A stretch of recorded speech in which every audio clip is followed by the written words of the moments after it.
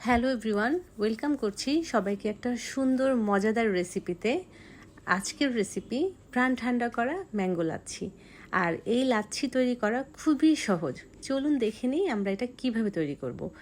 Mango lassi তৈরি করার জন্য সব উপকরণ আমি নিয়েছি আর ডেসক্রিপশনে দিয়ে দিব, আপনারা চেক আউট করে নেবেন। এখানে আমি একটা ব্লেন্ডারে আম কিউব করে কেটে নিয়েছি, তারপর দিয়ে দিচ্ছি মিষ্টি দই 1 কাপ, তারপর চিনি 1 চামচ, তারপর গুঁড়া দুধ 1 চামচ, তারপর হচ্ছে লিকুইড মিল্ক যেটা ঠান্ডা করে নিয়েছি ওটা 1 কাপ দিয়ে আমি খুব ভালোভাবে ব্লেন্ড করে নিয়েছি। আর ব্লেন্ডটা হচ্ছে আমি একটু ঘন রেখেছি।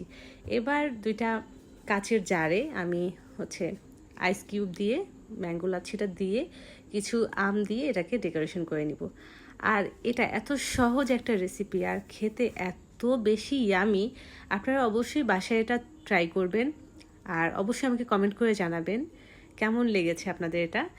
আর অবশ্যই চ্যানেলটি সাবস্ক্রাইব করবেন। ভালো থাকবেন।